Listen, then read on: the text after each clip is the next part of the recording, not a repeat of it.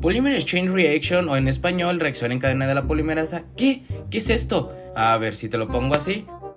Ah, sí, ¿verdad? Y a todo esto, ¿qué es la PCR? La PCR se considera una de las técnicas más sensibles y específicas de las pruebas moleculares. Fue desarrollada en 1986 por el Dr. Karim Mullis en los laboratorios de Setur Corporation en Estados Unidos, lo que lo hizo valedor del Premio Nobel en 1993. ¿Qué? Sí, un premio Nobel. La idea se fundamentó con la necesidad de obtener un gran número de copias de fragmentos específicos de ADN de manera rápida y económica. Se basa en la replicación exponencial in vitro de una molécula de ADN genómico o ADN complementario, mediante ciclos repetitivos que constan de 3 temperaturas. En cada ciclo, las moléculas se duplican hasta que los reactivos se agotan. La longitud del producto amplificado es delimitado por los iniciadores. Estos deben ser específicos y no formar estructuras ni hibridaciones inespecíficas entre ellos u otra parte de la cadena. ¿Cuáles son las características de la aplicación in vitro y requerimientos para la PCR? Uno de ellos es la síntesis de cadena, que sigue la dirección de 5'-3', ya que requiere de un nucleótido con el extremo 3' libre que proporciona el grupo hidroxilo para la adición del siguiente nucleótido y así formar un enlace fosfodiéster. También se requiere una cadena de ADN genómico complementario de molde, una enzima ADN Pol, cofactores necesarios para la actividad correcta de la ADN Pol, desoxinucleótidos y oligonucleótidos o primers. ADN Pol. Su función es polimerizar una nueva cadena de ADN tomando como molde otra ya existente, debido a que cada ciclo de la PCR se lleva la mezcla de reacción a temperaturas de 95 grados, se requiere la ADN Pol para soportar estas temperaturas. La concentración de Taq-Pol es de 1 a 2.5 de unidades sobre reacción de PCR. La tasa de error en la incorporación de bases es de 4 por 10 a la menos 4 y esta enzima es capaz de polimerizar un promedio de 1000 nucleótidos por minuto. Hablando del ADN molde, se requiere de una sola molécula que sirva de molde para la amplificación de ADN o de ADN genómico. Para ampliar ARN, antes de la PCR se requiere realizar una retrotranscripción, lo cual permitirá convertir el ARN en ADN complementario, menos lábil que una cadena de ARN.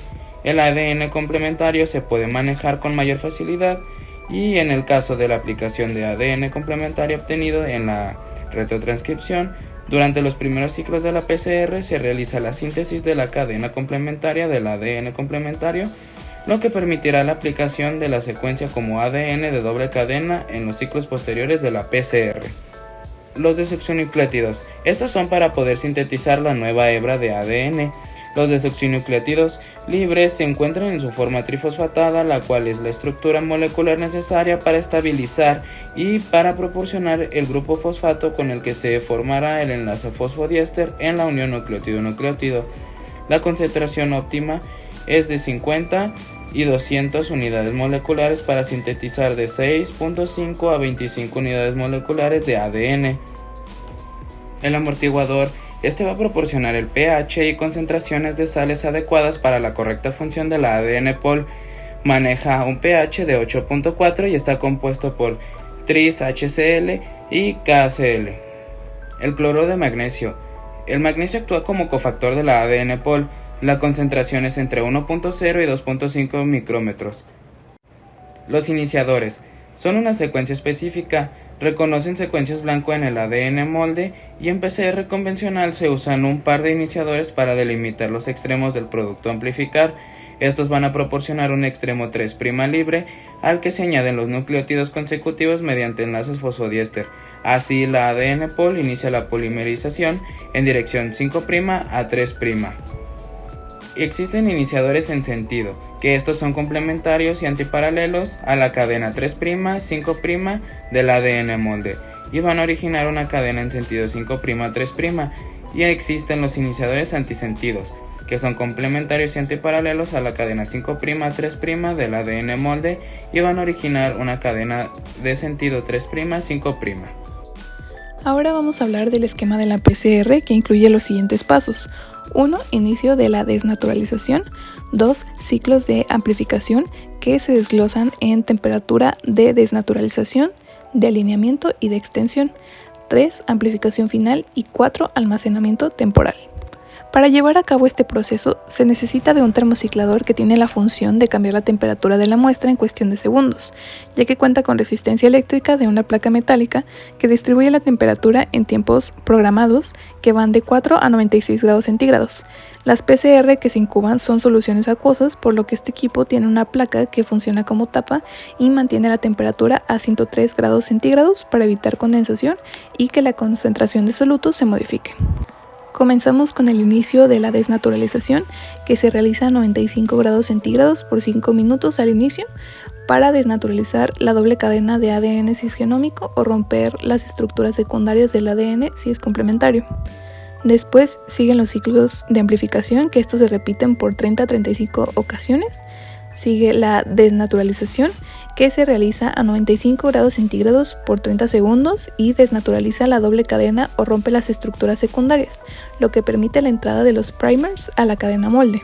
Después sigue la alineación, que se realiza entre 55 y 60 grados centígrados, donde los iniciadores hibridan, esto quiere decir que generan energía cinética para que las cadenas busquen su complementaria y formen puentes de hidrógeno, dejando el extremo 3'OH para añadir nucleótidos. Después sigue la extensión, que se realiza a la temperatura óptima para que la ADN polimerasa funcione. En el caso de Taq polimerasa se utiliza a 72 grados centígrados. Después sigue amplificación final, que la temperatura de 72 grados se deja por 5 minutos, permitiendo que la polimerasa termine la extensión de productos a los que está unida. Y por último, almacenamiento temporal, que es el ciclo final a 4 grados centígrados por varias horas, permitiendo conservar los productos de PCR hasta que se retiren. Cantidad del producto de PCR. Teóricamente, en cada uno de los ciclos de amplificación se duplica la cantidad de producto inicial, pero el producto de PCR depende del número inicial de copias del molde de ADN, por lo que se aplica la fórmula que indica que si se parte del doble de moléculas iniciales de ADN, se obtendrá el doble de producto. En esta fórmula, P significa número de moléculas producto de PCR, N número de ciclos y T número de copias inicial de la molécula molde. La técnica de PCR es altamente sensible y específica. Bajo las condiciones y diseño de los primers se puede obtener hasta el 100% de especificidad, pero es complicado ya que hay múltiples factores como por ejemplo la selección de un sistema adecuado del producto, diseño correcto de primers y sondas, calidad de la muestra, control de inhibidores, contaminación ambiental y con otros productos, optimización de las condiciones, concentración de reactivos y el termociclador utilizado. Por ello es importante su control y manejo, ya que una PCR puede proporcionar un diagnóstico temprano, pues tan solo con pocas copias del genoma de un patógeno puede determinarse su presencia. Ahora vamos a hablar de las diversas modalidades de la técnica PCR. La PCR convencional detecta el producto de amplificación mediante electroforesis por una banda.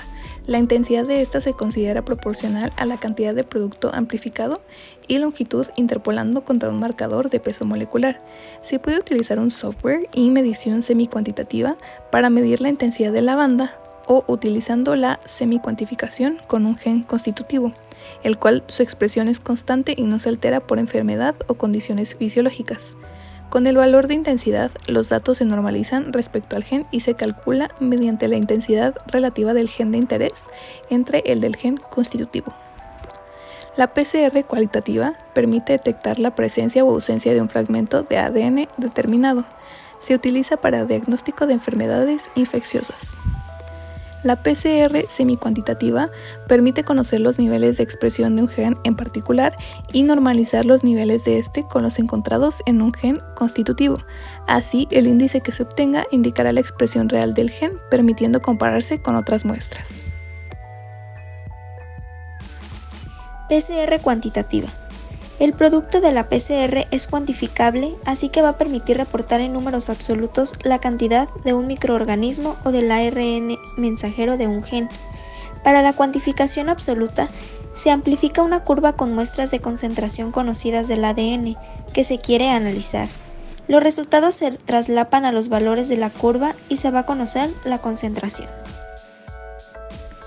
PCR múltiple. Puede ser de varias regiones o de varios genes. Se realiza la amplificación de más de un fragmento de ADN en una sola reacción de PCR, con 2 o más juegos de primers, cada uno para cada gen. Va a ahorrar tiempo y reactivos, pero el diseño de primers debe de ser el adecuado para que no se complementen entre ellos.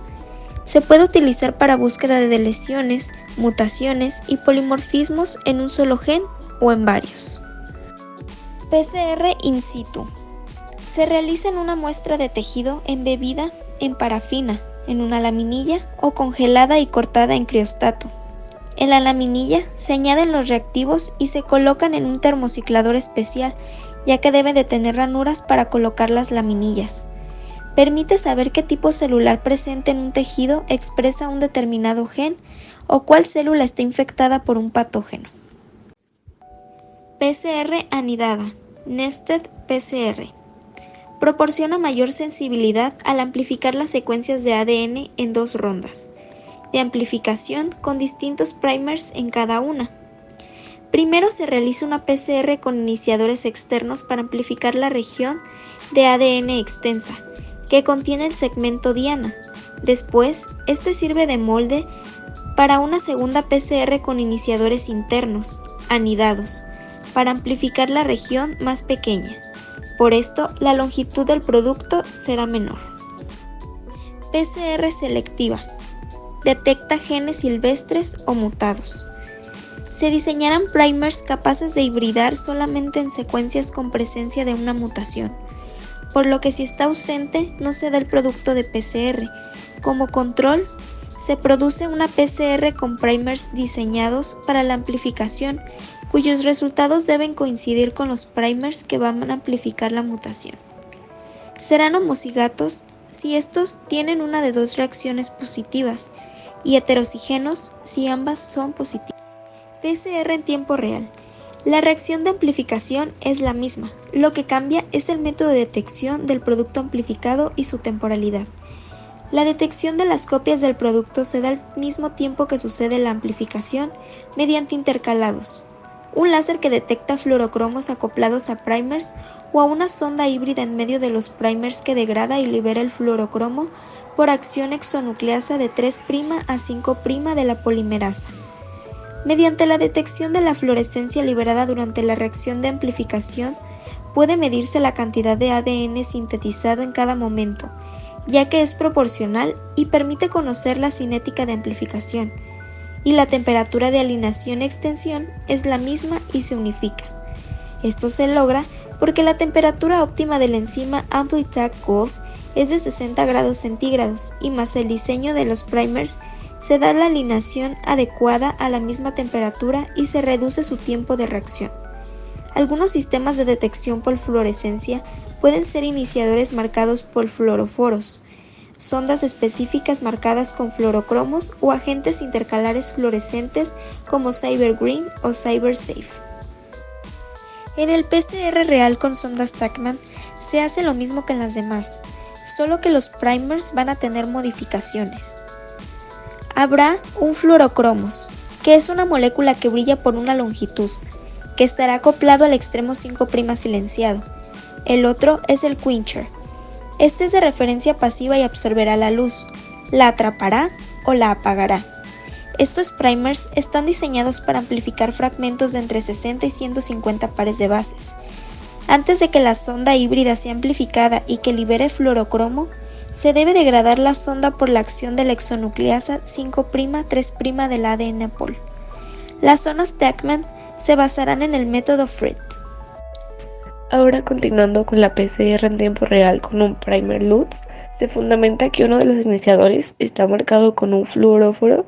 Cuando el iniciador híbrida con la cadena en blanco, este es excitado, lo que da como resultado un incremento significativo de la señal fluorescencia que el láser detecta. En resumen, un iniciador fluoróforo excitado es igual a un incremento de la señal de fluorescencia. Para la amplificación con el primer LUTS se emplea una enzima llamada Tag Platinum ADN, por lo que se activa solamente después del hot start inicialmente de la PCR, todo esto a 5 minutos a 95 grados centígrados.